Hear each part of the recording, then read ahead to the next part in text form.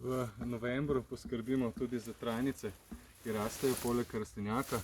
Tukaj smo imeli gavro, zdaj pa gremo naprej. Še posebej nas v narekovajih skrbijo rastline, ki imajo na sebi veliko semenskih glavic in se tako zasejajo vse posod naokrog.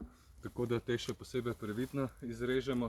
Tudi ostale rastline, ki so cvetele v jesenskem času, bomo prikrajšali.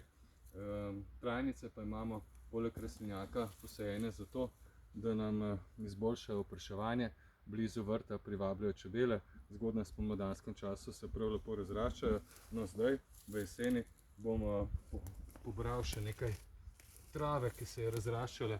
Seveda pa bi bilo dobro, da bi ta del tukaj tudi okopal. Mislim, da bom uporabil kar rezalno motiko Anko, kajti z njo bo delo najbolj precizno, kirurško, natančno bom se zadeve lotil. Tako da zdaj pa pravzaprav nadaljujem naprej. Ta del grede s trajnicami bom počistil in jo pripravil za pomlad, ko se bodo sadike na novo razrasle. Takrat jih bom pognojil tudi s kompostom in potem v spomladanskem in poletnem času ter jeseni privabljal čebele v bližino rastlinjaka.